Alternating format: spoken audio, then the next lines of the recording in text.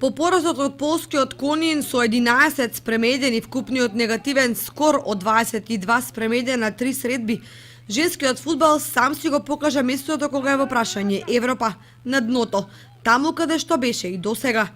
Инаку заносна беше приказната што кочанскиот клуб ја раскажуваше во домашното првенство и во Купот на Македонија, која заврши триумфално со освојување на двете круни. Но само додека сме на свое буниште. Штом домашните напумпани вредности ќе излезат на меѓународна сцена, веднаш издишнуваат и се враќаат во суровата реалност. Во оваа држава некој наместо да игра си поигрува фудбал. Рибата се смрдува од главата, што ќе рече жариштето на проблемите во женскиот македонски фудбал е во ФФМ. Со години наназад не се води сметка за омасовување на најважната споредна работа кај жените. Никој не се огледува и не реагира кога еден клуб во една година станува шампион и веднаш потоа го снемува од фудбалската сцена. Никој не поставува критериуми и стандарди преку кој чекор по чекор ќе се оди напред.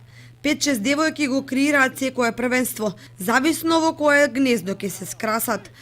Тренерите работат волонтерски, а што значи тоа покажуваат резултатите. Поради сето тоа, веројатно време е за реорганизација во женскиот фудбал, дефинирање на квалитетот на две нивоа, обезбедување константност во работењето и јасна визија за иднината.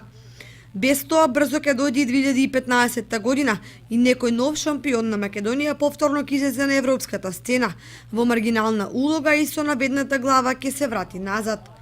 Конечно, ако УЕФА цела декада инвестира во женскиот фудбал во Македонија по 250.000.000 евра, а од тоа нема никаков резултат, прашање на време е кога ќе ја преиспита целисходноста на сето тоа.